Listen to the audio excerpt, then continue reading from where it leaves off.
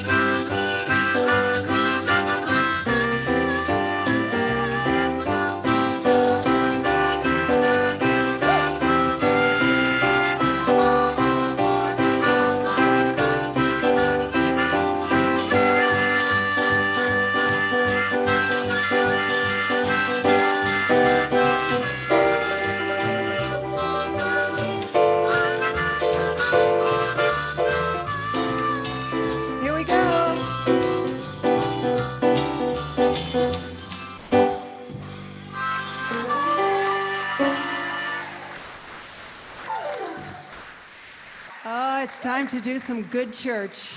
I need water.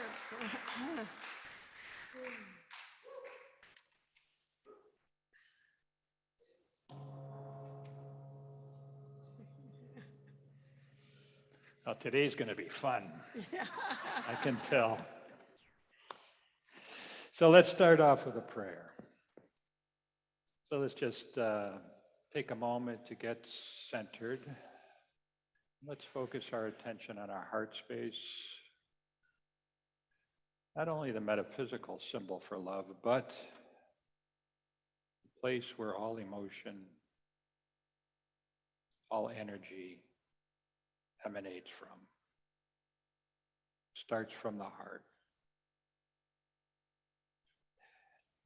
And just imagine, if you will, as you take in a deep breath, breathing into that heart space,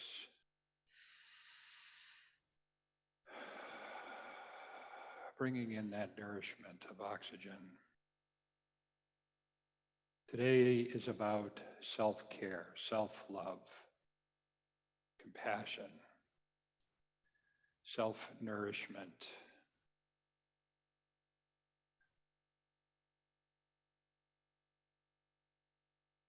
And in the intention of aligning ourselves with the divine essence that is our I am, my I am, I affirm, I am joy, I am love, I am peace, I am harmony. And I start with compassion for myself.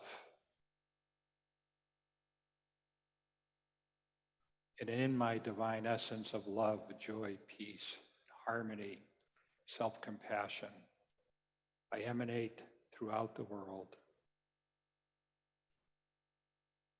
I instill peace, I instill joy, I instill love, I instill harmony to everyone in this congregation, throughout Amesbury and Newburyport areas, throughout Massachusetts, throughout New England, expanding out into the world. I am love. And so it is. So it is. So I hope you'll join with us. You may want to stand as Lisa Plumley's in the house, and we're going to sing some traditional gospel. Up above my head, I hear music in the air. Here we go.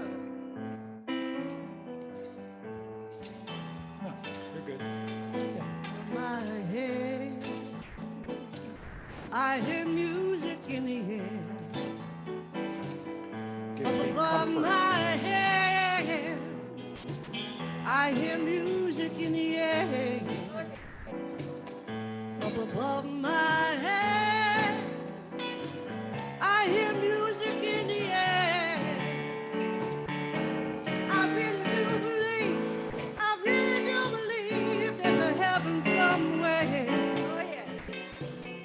Up above my head, up above my head, I hear music in the air.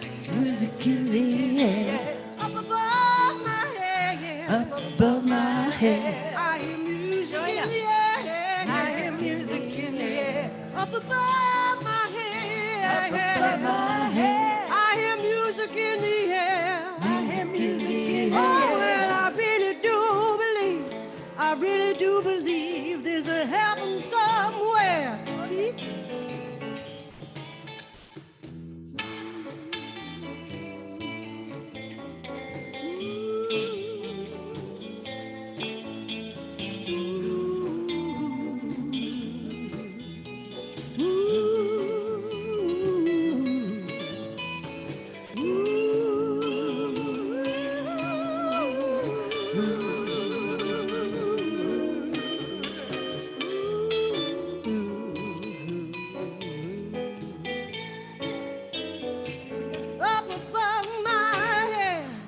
Above my head, I hear shouting in the air. I hear shouting in the air. Up above my head, up above my head, I hear shouting in the air. I hear shouting in the air. Up above my head, up above my head, I hear shouting in the air. Shouting in the air. And I really do believe there's a heaven somewhere.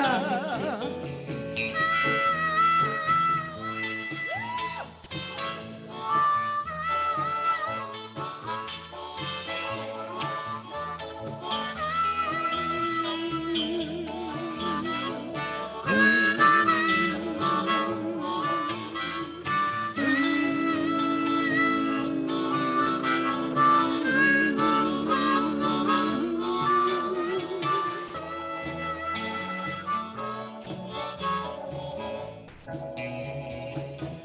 up above my head, up above my head. I hear music in the air, Music in the air. up above my head, Up above my head. Oh, I hear music in the air, I hear music in the air. up above my head, Up above my head. I hear music in the air, Music in the air. and I really do believe there's a heaven somewhere. One more time. Up above my head, Up above my head. music's in the air. Music is in the air. Feel it, everybody. Music in the air. Up above my head. Well, there's music in the air.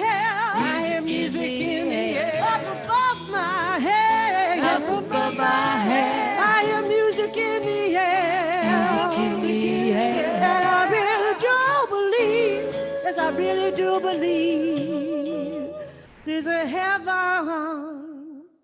I said there's a heaven.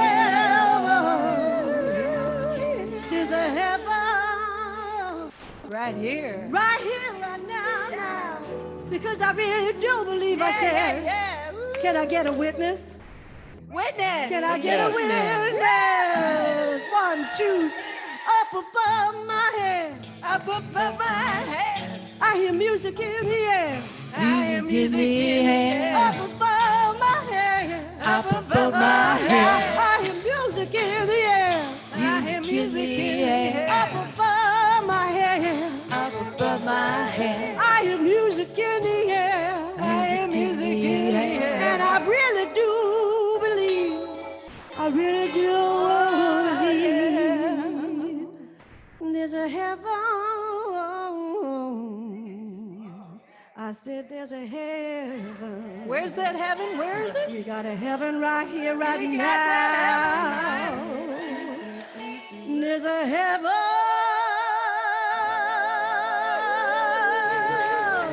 Yeah. Woo! Maestro. Thanks for having fun with us. Wade in the Water. Lisa has a new CD out. It's called Tornado in the Midst of the Storm. Tornado in a thunderstorm. In a thunderstorm. So About she's real, got copies. just about you real got. life, y'all. So we're having fun here today. Get silly, get up and dance in the aisles. Just go. Feel Ready? your heartbeat. Wade in the water. Let's all go in the water. Because there's a shaking and there's a trouble that we got to be in the middle of to transform into light. Right? Sometimes you just got to wade in the water because God troubles the water. Right, Linda?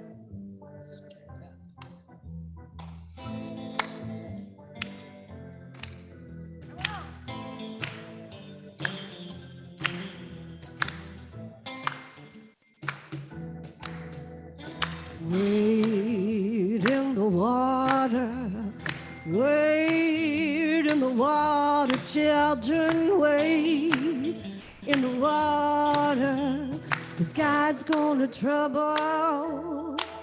Well, now see those people, well, they're dressed in white. God's gonna trouble the water. You know that it must be the children of the Israelites, 'cause God's gonna trouble. Well, come on and wade in the water. Everybody. Wade, wade, wade. You gotta wade in the water. Come on and wade. You gotta wade in the water, 'cause God's gonna trouble. And now, who those children? Well, they're dressed in black. God's gonna trouble the water. You know they've come a long way and they're turning back. God's gonna trouble the water. You got to wade in the water. Oh, you gotta wade in the water. Wade, wade, wade. You gotta wade in the water. 'Cause God's gonna trouble. Come on, Keith.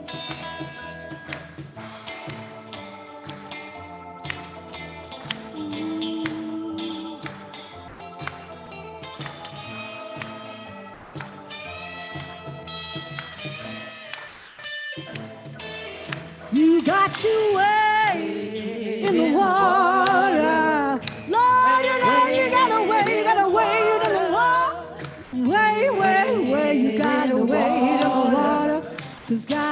gonna trouble.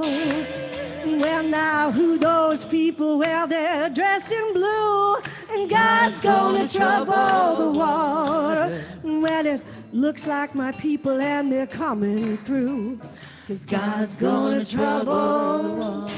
Come on away in the water. You gotta wait, wait, wait. You got to wait in the water.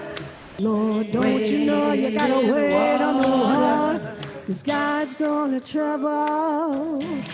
You know, now some say Peter and some say Paul. Trouble the water. And there ain't but one God to save us all. God's gonna trouble. You gotta wait in the water. You gotta wait in the water. You got to wait. You gotta wait in the water. 'Cause God's gonna trouble one more time. You got to wait in the water. You got to wait in the water. You gotta wait in the water. 'Cause God's gonna trouble. God's gonna trouble the water. God's gonna trouble us all. You got to.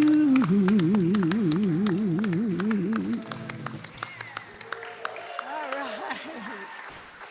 Oh, so please stay standing as we feel that wonderful celebrational energy and putting our hands out. We don't hold hands yet, but we feel vibrationally the hands on either side of us as we sing, surely the presence of the Lord is in this place.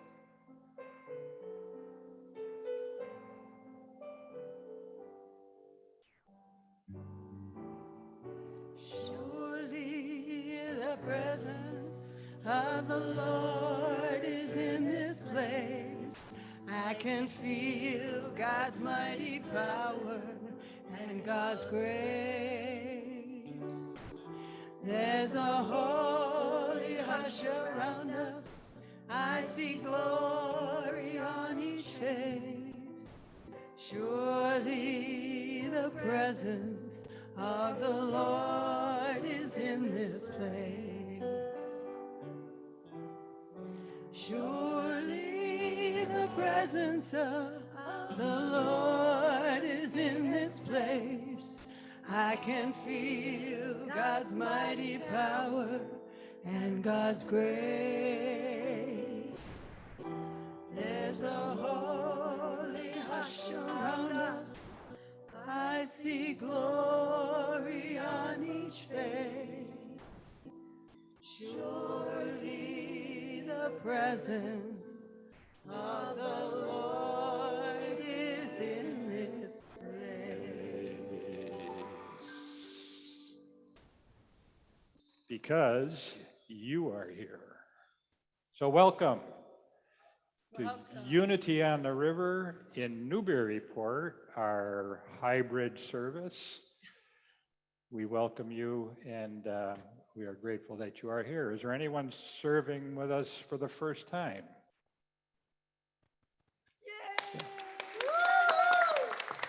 Well, thank you. We welcome you. We honor you. We are grateful that you're here and know that your presence here enriches us. Thank you.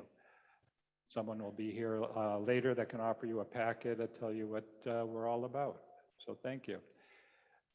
In honoring that presence of the Lord in this place, we affirm that you are the presence of God. So I invite you to turn to your neighbor with just a greeting, an acknowledgement of the light within, with a namaste, or I see the light, or I am grateful that you are here. We are not really condoning or anticipating that anyone would be hugging at this time, especially with the new variant of COVID coming out. So we're just going to honor the presence with each and know that we are all connected without touching. So thank you. Yeah. Namaste. Stay.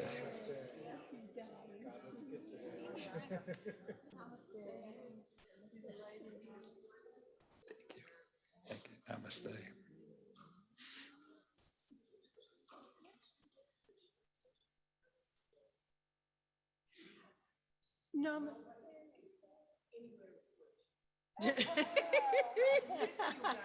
Namaste. Good morning, everyone. I'm Meg Rain, and I say namaste to each and every one of you. Today, we are really grateful on many fronts that we're in this beautiful synagogue. We give thanks so much that we have this space to come into the presence together in community. So we're really grateful for that. We also have Lisa Plumley, as I said, she has CDs for sale today. And of course, we have John Hyde on piano, and Keith Bickford, and our beautiful Christine Malpica, and of course, Sherry and Brad singing with us. And then also, we today have an in-person speaker, which is a real gift because we've been also streaming our speakers we're sort of slowly coming out of that. We have a few more speakers that we will be streaming, but today we have a live in-person, seven-dimensional being, maybe many more than that, Tom Paolini, whose wonderful mission statement he gave to me. His mission statement is, I am the light of God. I illuminate the world as I co-ordain love, peace, joy, and generosity. Isn't that beautiful? And today, he will be speaking. His talk is entitled, Do You Believe in Miracles? Do we believe in miracles? Yes. They're everywhere, aren't they? It's a perception away.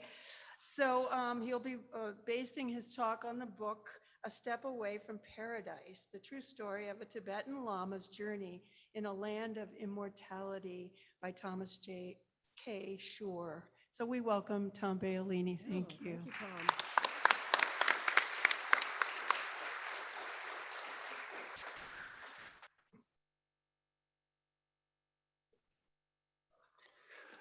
Thank you. Yeah, the book, A Step Away from Paradise, is this true story of a Tibetan Lama and his journey to the land of immortality.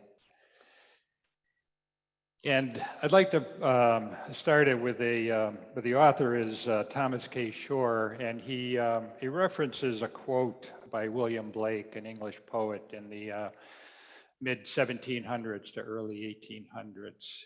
William Blake said, if the doors of perception were cleansed, everything would appear as it is, infinite. If the doors of perception were cleansed, everything would appear as it is, infinite. So if we think about that, and we just look at what the definition of infinite is, because in unity we talk about infinite potential, infinite possibility, that as divine being, that I am infinite potential.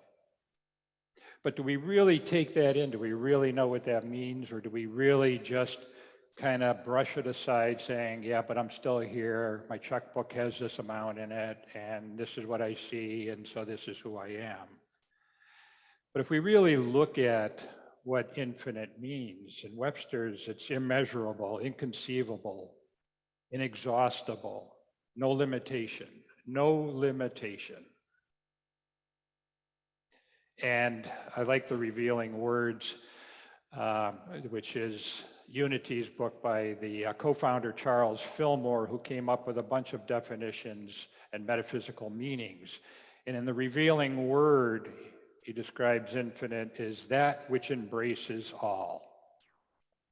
That which embraces all, the totality of being, including all knowledge, all space, all life, the complete all. That which was from the beginning is now ever shall be, without end, without limitation. It is that which is boundless, immeasurable, inexhaustible. So I'd just like you to take that in during this talk, and just allowing, as I describe the journey that these people took and the miracles they witnessed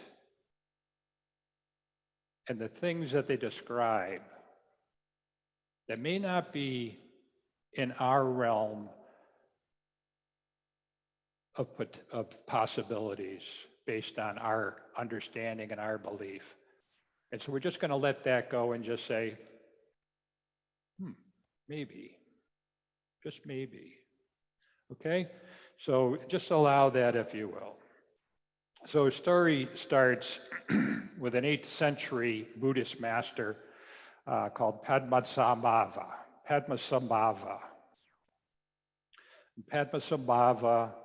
is known to help transmit the Tantric Buddhism to Tibet. So he's often lauded as the most important religious figure in Tibetan religious history. And legend says he was a mystic. He could see into the future. He could see the past, and he could interpret what was happening, but he could foresee the future. And he traveled through high Central Asian plateau. And in his travels, he hid teachings. He hid teachings. These teachings were called or terma, which means treasure. And so he hid things like Sanskrit scripture, but also ritual objects, and some things that had to be decoded, some things that had to be interpreted. And these things, this or terma, could only be found by a terton. A terton is one who is gifted to find terma. And one of the things that Padmasambhava hid was a place called Bayul Damashang, which means the hidden valley.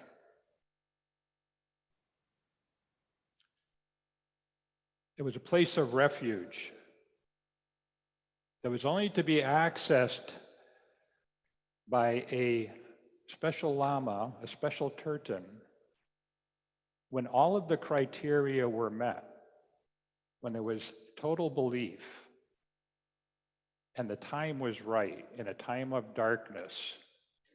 It was a place of refuge.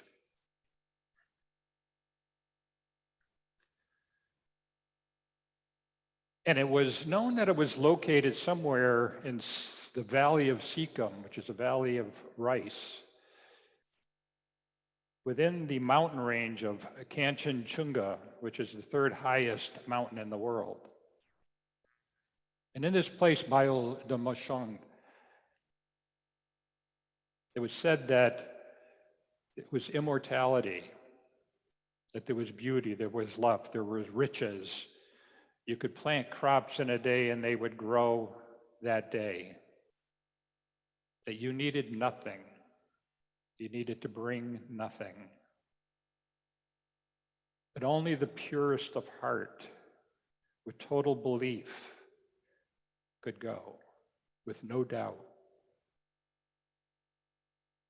And the lamas have been speaking and attempting to find Bayul Damashang since the 11th century.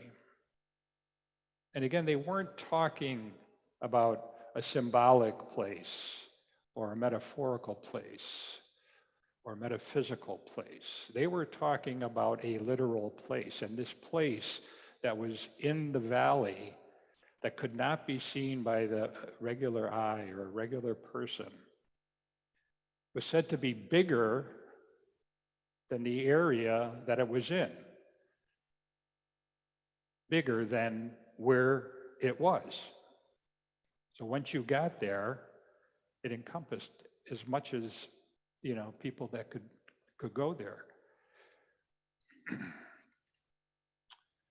So come the year of the dragon, the fire dragon, 1916. Trying to keep my time here too. 1916, born Sanjay Dorje, which means lion thunderbolt. And early on, it was apparent he was very gifted. He could learn and recite tantric scripture, Tibetan scripture, like that. And so they brought the boy to a monastery, and he brought him to the great Lama Dorje Denchen Alingpa. And the great Lama decided to test the boy. And so he took a group of the young monks up into the mountains, up into a cave, and he started the ritual, circling them all, and brought a brass bowl with rice and other ritual objects that he used. And then at one time he took the rice and he threw it up into the air, and the rice started dancing in a circle. And the rice turned into purbas. Purbas are daggers that are used in Tibetan rituals. And all the boys gasped and they stood back when they turned into daggers. But not Sanjay. Sanjay reached in and grabbed a dagger and brought it out. And all the boys were aghast. And so afterward, the great Lama, took Sanjay for a walk. And Sanjay apologized because he said, "I'm sorry I took that purba." And the Lama told him that no one else could have taken that. He said, "I could not have taken that. That was for you to take. It has special powers." And he said, "You are going to be a very special Lama, that people will know you from miles and miles around." And he said, "I am going to Bayo Damashang to open the gate. And if I fail, you will be the one." And he named him Tolshuk Lingpa. The Tolshuk means crazy, or also means fickle, and it means mutable or changeable. And Lingpa means the highest of lamas, and it also means treasure revealer. So later on, as Tolshuk became this Lama and had followers and sponsors. So lamas always would get sponsors that would fund them and feed them and clothe them and give them shelter wherever they went. And they would have sponsors throughout. And so at the monastery that they went, and he had his disciples with him, and the disciples decided to test him. So remember, Tolshuk means crazy, and part of Tolshuk's personality was he was a drunk. He liked to drink. And so the disciples decided to get him drunk, really, really, really drunk. And so they got him drunk and decided to test him to see how much he knew. And they put a pen in his hand and asked him to start writing the Tibetan scripture. And so Tolshuk just started writing and writing and writing, and then he was so drunk the pen would fall out of his hand, and they would grab the pen and put it back in his hand, and he would start writing again. And so they were amazed. And so later on, Tolshuk told them, "You all need to go to bed. We have work to do tonight." And so he woke them up about 2 a.m, and he took them up to the monastery, and they circled the monastery and were reciting mantras. And he said, stopped at a particular place on the outside of the monastery and knocked on the wall. And he said, "Get a hammer or get something to break this wall." But Master, we can't break this wall. One of the rules in Tibetan disciples is you never question the Master, never contradict the Master. On the other side of the wall, on the inside of the wall, was a big painting of the Buddha of compassion. And the place that, on the outside, the place that Tulshuk knocked on was really in the center of the heart of the Buddha. And so one of the disciples went and got a big iron bar, and they broke through the concrete or the plaster on the outside, and Tulshuk reached in and pulled out a terma. And it was on a yellow paper, and it had some symbols on it. And so he said, we have work to do. And then that night, after they patched up the wall, he went to work and he wrote 300 pages of text. And it was titled The End of Suffering. So that was just, remember that a terton means treasure revealer. And so throughout his ministry, he was a healer. He was a well-known healer. He knew Tibetan medicine, he knew herbs, he knew the reading of pulses. And so he was asked to perform many healing rituals. And often where many lamas would have to perform many rituals for one healing, Tulshuk Lingpa only had to do one. And so often, not only those who came to the healings were healed, but others who were not present would become healed. Some of the things that he was known to have healed is epilepsy, and in one village, leprosy. A place where no other lama would go. He could make it rain or he could stop the rain. And at one point, because he was so entrusted, and there was talk that there was an invasion from the Muslims, and they wanted to stop it. They didn't want the Muslims to invade them because they were going to be killed. They asked Tulshuk Lingpa to help them, so he took 6 of his disciples to stop the invasion.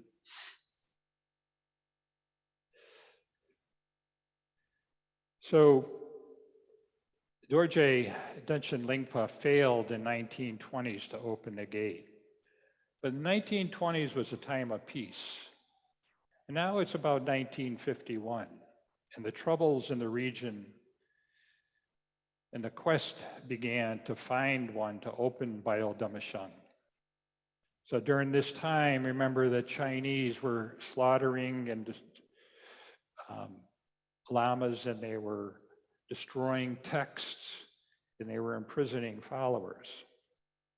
So this must be the time. And so the high lamas got together and they put out a wanted poster, so to speak, to find the lama, to find the terton that could open Bayo Damashang.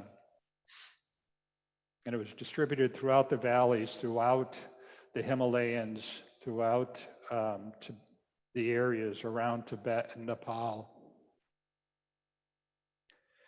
And so one of the lamas that was set out to find this terton was working on a road because they were forced out of Tibet and they had no sponsors. They could only do menial work now, and it was basically hard times.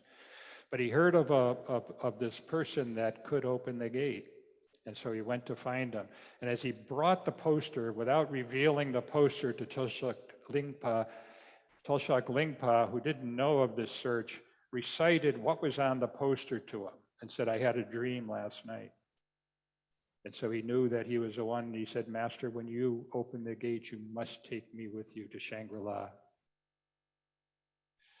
So Tulshuk Lingpa began to speak of Bayo Damashang, and he went throughout the region and throughout the areas, and people would come from miles around.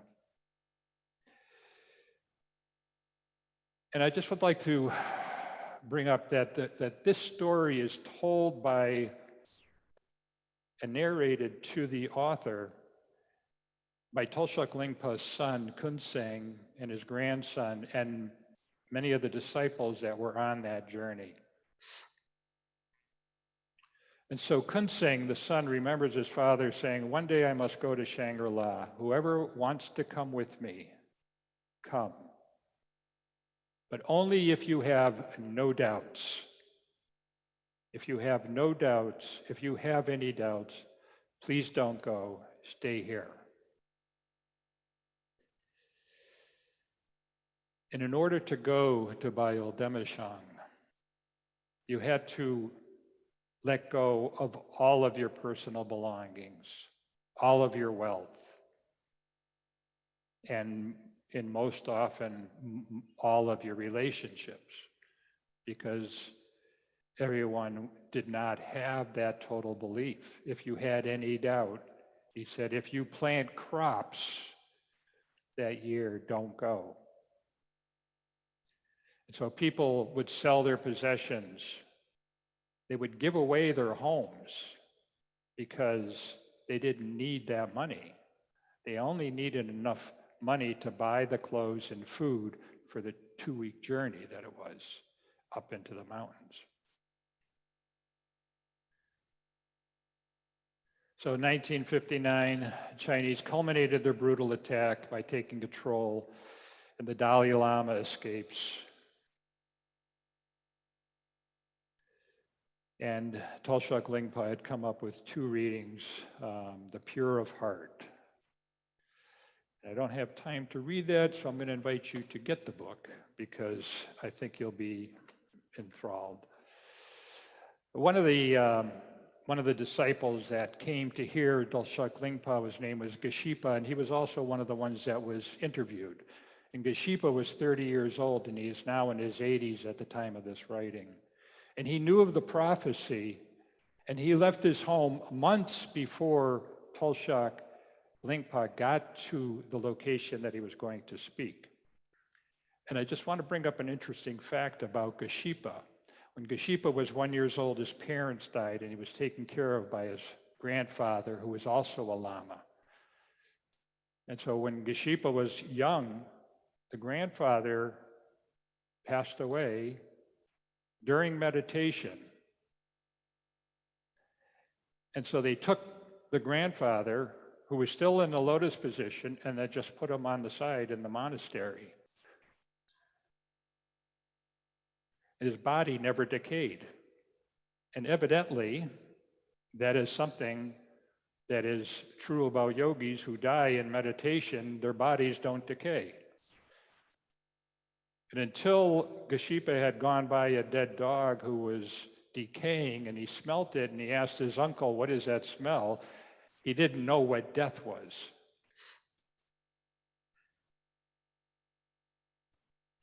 So time to go.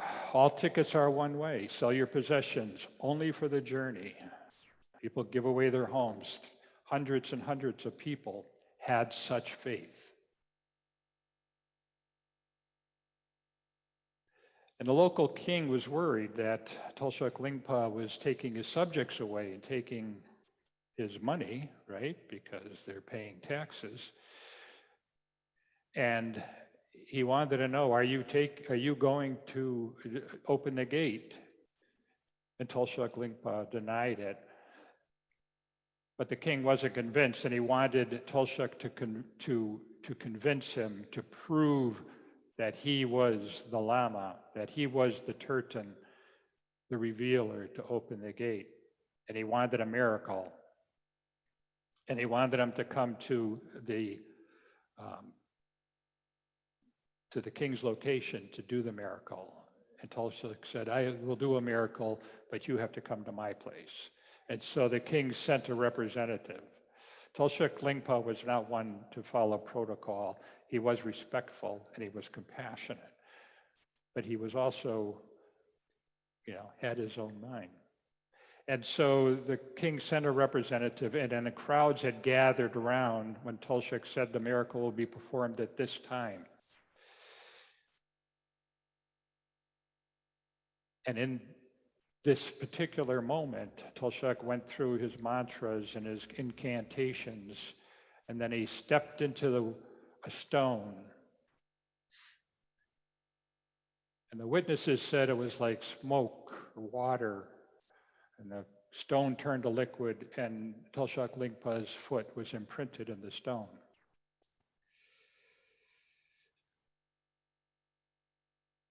Now, I've heard of other yogis doing this. I've heard this before. It was also referenced that supposedly Jesus had done this.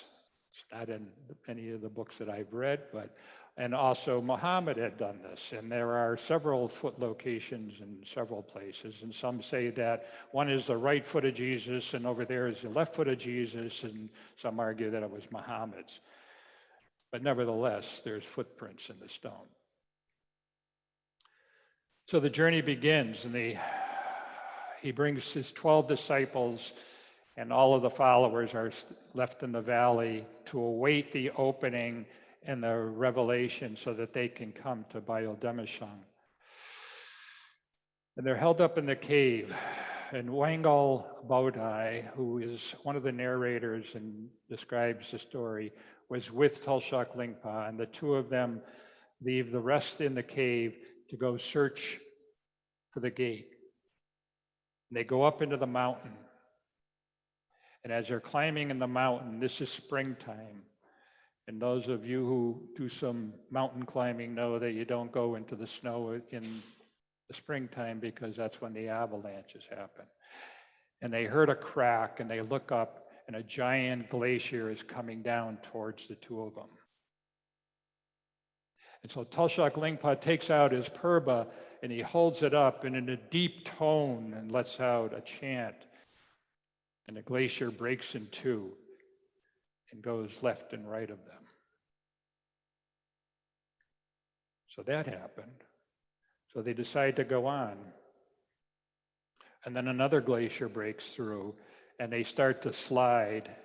And just before they get to the ravine to fall off, Bodai takes his ice axe and digs it into the snow and grabs on to Tolshek Lingpa's leg and stops the fall. And then he's just staying there with his face buried in the snow. And then Tolshek Lingpa saying, "What are you doing laying there with your face in the snow?" And Tolshek Lingpa is standing up and looking into the valley.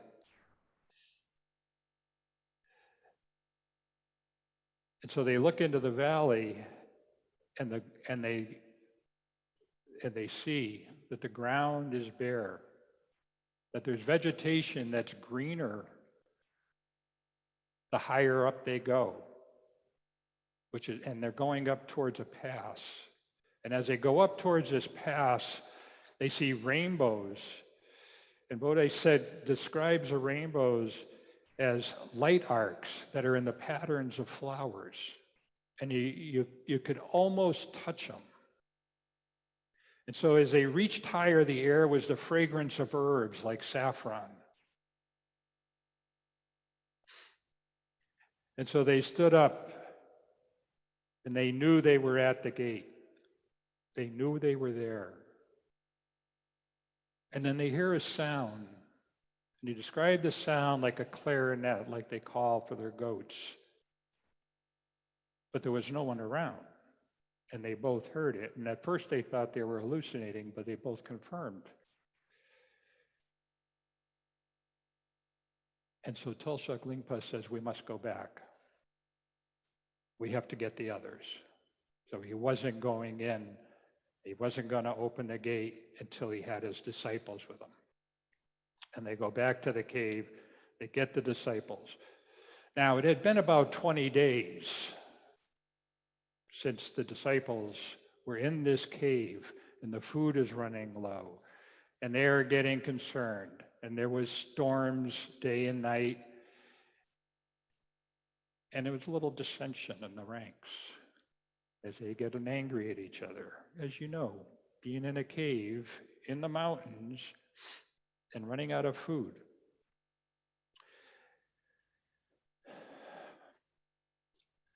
And so Tolshuk Lingpa says he's going to take 4 of the disciples with him.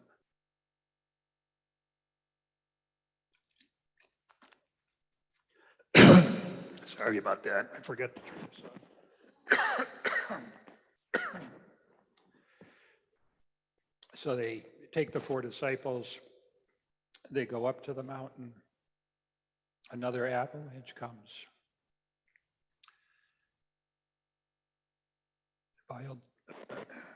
Tolshuk Lingpa cannot be found.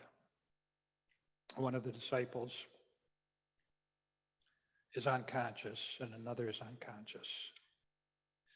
So the 2 that were left go back down the mountain to get help.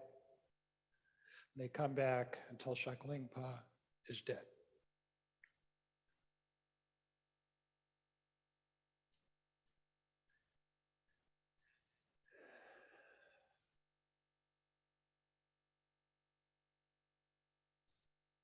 So Lama Tashi, who was there, who was one of the disciples that was unconscious, was asked about Bayul Damashang and how do you get there and why, if Tolshuk Lingpa was the one, why couldn't he open the gate? And he said, faith in Bayul is not enough. It also depends on your motivation for going. The fact that Bayul is a place of unimaginable riches, where everything will be provided, can itself cause impurity. Even the purest of heart can be corrupted. Those who are not prepared can easily find themselves going there for material reasons and not for Dharma. Bayul is no place to sit back and enjoy oneself because all one's needs are taken care of. It isn't as if upon entering you suddenly become a millionaire and live a life of worldly pleasures. Padmasambhava hid Bayul as a place of care. So those who enter could have uninterrupted practice. Practice has one goal: compassion for others. The practice has one goal: compassion for others. So I don't know if Bayul Damashang is a real place. And I'll let you do your own metaphysical interpretations or not. But if we take anything away today from this story, it's practice. Practice. Practice compassion. And in my earlier prayer today, I talked about compassion for self-care, for self-love, for self-nurturing, because compassion starts with me. And so let's take that into meditation.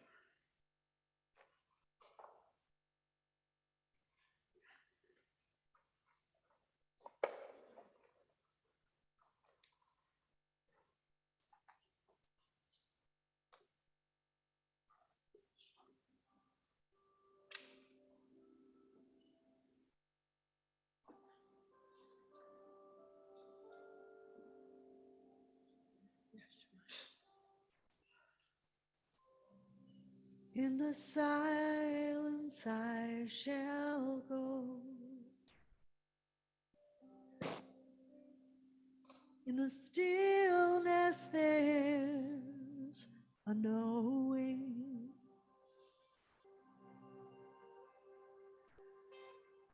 In the presence of divine love, I am love. I am loved. Shemaya. Shemaya. Shemaya. Shemaya.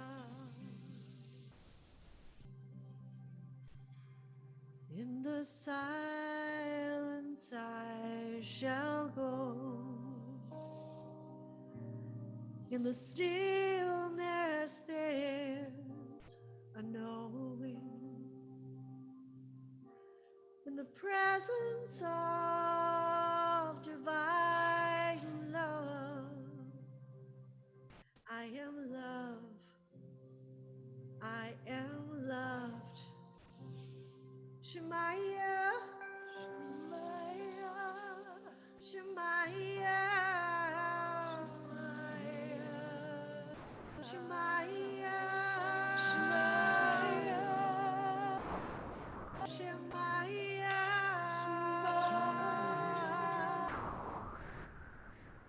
In the silence I shall go. In the stillness there's no wind. In the presence of divine love, I am loved. I am loved. Shemaya, Shemaya, Shemaya, Shemaya, Shemaya,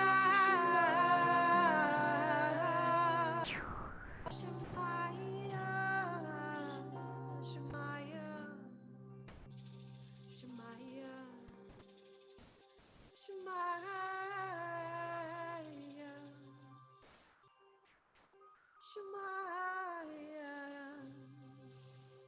Shemaya,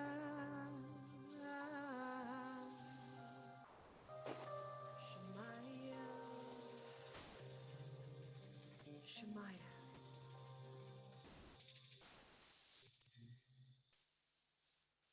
So let's take that in. I invite you to close your eyes or gaze gently downward. Just relax your body. If your feet are on the floor, I invite you to just imagine roots coming out of your feet, from the bottom of your feet, going into the ground. Feeling the moisture through these roots from the ground, from the soil. Feeling these roots intertwined with the roots of the trees, the roots of the grass, with the pebbles, and the earthworms, with all life.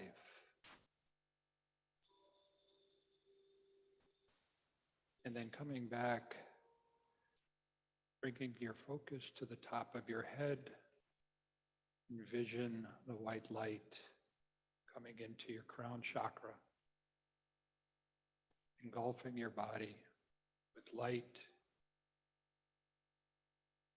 feeling the light pouring in, feeling the light going into the bottoms of your feet, feeling the light going into the roots, illuminating.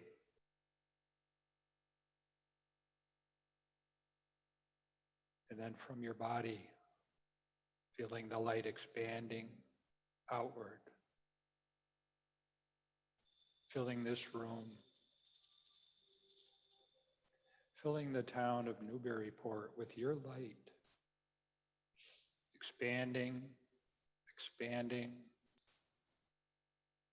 out into the world, out into the universe.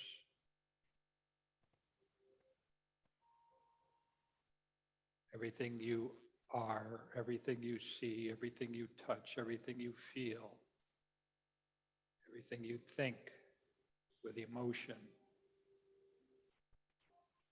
affects everything. Coming back into your heart space, thinking of Lisa's song and the beautiful words, Shemaya, I am love.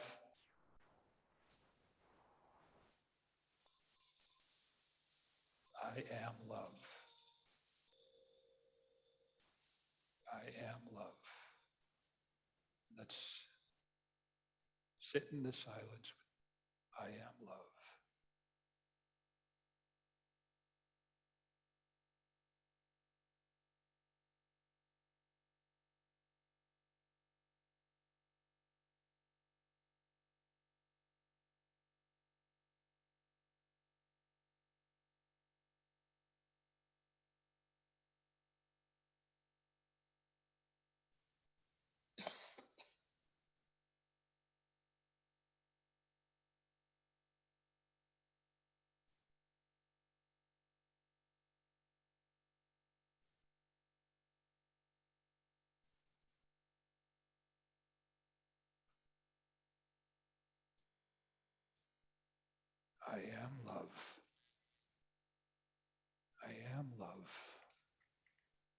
you're ready, you can come back into the present moment.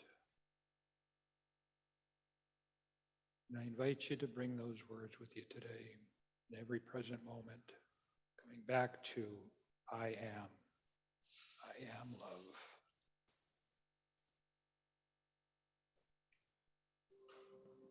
In the silence I shall go.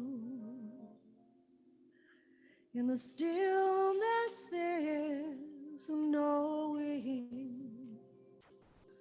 In the presence of divine love, I am loved.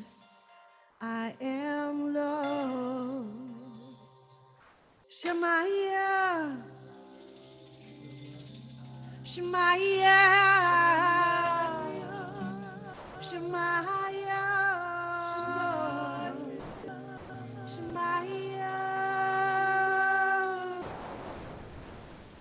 In the silence I shall go. In the stillness there's a knowing. In the presence of divine love, I am love. I am love. Shemaiah, Shemaiah, Shemaiah, Shemaiah, Shemaiah, Shemaiah, Shemaiah. Thank you, Lisa.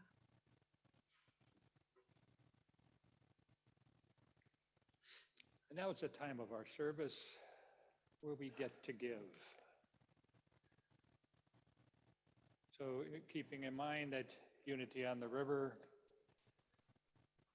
your contributions, your donations help us bring this beautiful music, bring the guest speakers,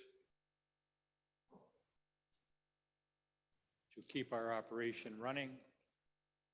And part of those donations go out to our local community and also to Unity Worldwide Ministries. So as you take your donation in your hand, I invite you to say the blessings of the tithes and offerings with me. Divine love has me, blesses and multiplies all that I am, all that I give, all that I receive. Into all that I receive. Thank you. I am so blessed. We are so blessed. Sherry will sing this song, lead this chant. Please join us. And I am so blessed. I am so grateful. I am so blessed. I am so blessed. I am so grateful for all that I am. I am so blessed. I am so blessed. I am so grateful. I am so blessed. I am so blessed. I am so blessed. I am so grateful for all that I am. I am so blessed. I am so blessed. I am so grateful. I am so blessed. Yes, we are. Hallelujah. And remember, you can also give online, or you can text, you can Venmo. We have many ways that you can So thank you for these.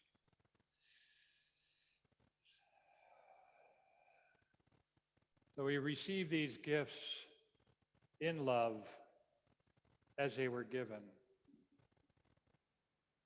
freely, given with love, given with support in order to help unity on the river thrive. And we are so grateful, and so it is. Thank you. So now we have some announcements, and Miss Annabelle is coming with her flaming red hair. Hi, everyone. So next Sunday's service will be on the 8th with Rev. Megan Smith Brooks, and it'll be another Zoom service, and she's a pretty cool person, so we're excited for her to come. And Lisa's wonderful CD, one more time, is called Tornado in a Thunderstorm, and she has some right now. We have some here. Here's some Who here. mixed and mastered that? Who mastered that? Oh, I think that was Brian me. Joseph. You did a fantastic job. They can also be found online or digitally, anywhere you might find music. And we have some interesting events coming up. So next Friday, our own Malik and Lacey are being joined through a private ceremony in holy matrimony. So send them our love and wish them congratulations. Then we'll have some events that are being offered by band members, and Christine's actually offering a free walking tour and talk on local Native American history next Saturday from 10 to 11 a.m. in front of the firehouse.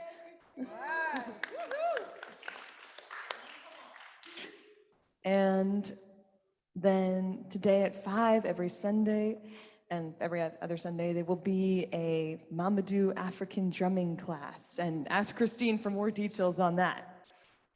And then lastly, we're going to see about taking on some volunteers for the service. So they would just be helping before the service or during the service, and you can ask Stan about that for more details. And I think that's... Stan, asking who? Ask Stan for more details. Stan, would you raise your hand?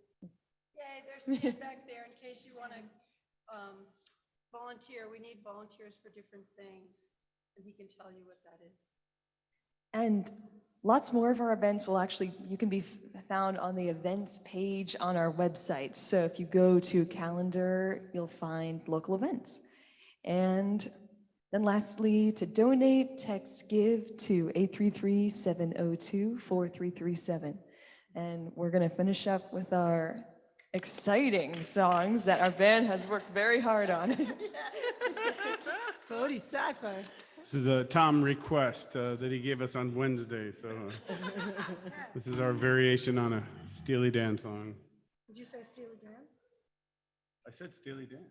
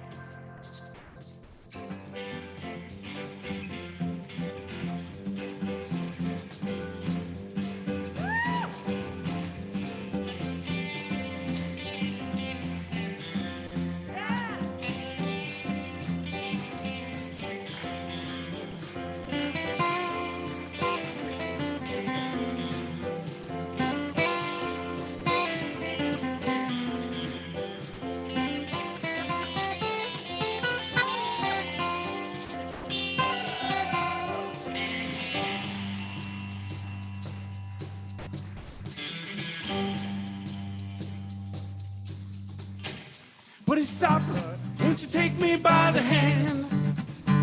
Bodhisattva, won't you take me by the hand? Can you show me shining your Japan?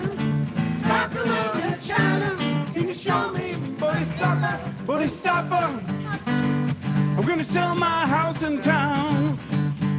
Bodhisattva, I'm gonna sell my house in town.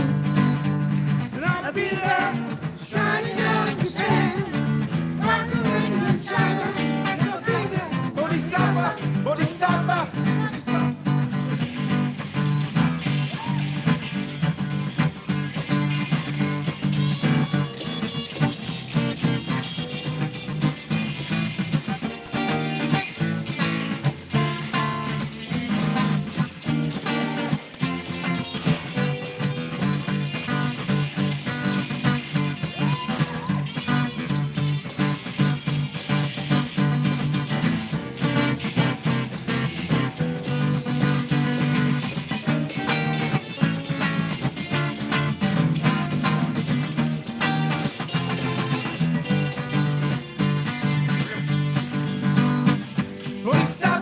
Won't you take me by the hand? Bodhisattva, won't you take me by the hand? And show me shining down Japan, the sparkle of China. Hey, show me Bodhisattva, Bodhisattva. I'm gonna sell my house in town.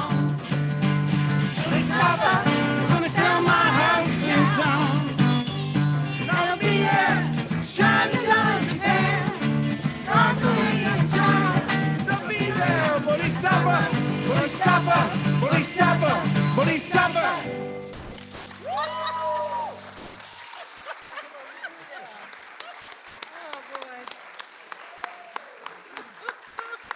Oh, so we celebrate the presence and once again reach our hands out vibrationally, joining hands to sing our peace song.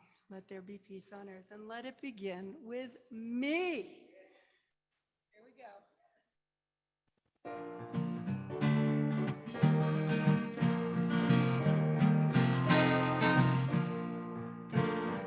Let there be peace on earth, and let it begin with me.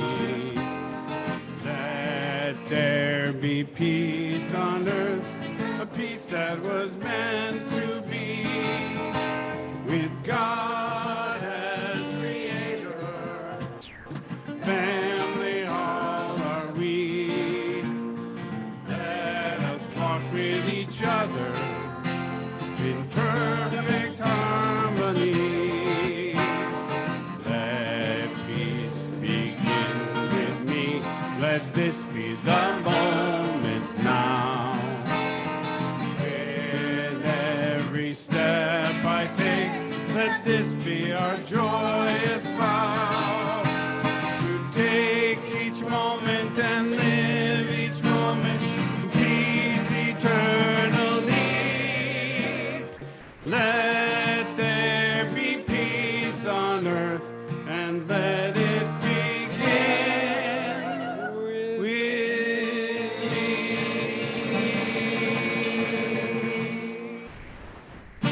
The light of God surrounds us.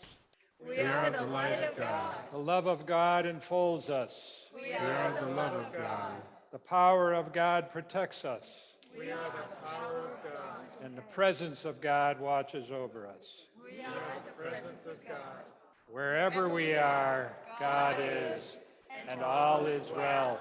And we are richly blessed. Woohoo! How about that band?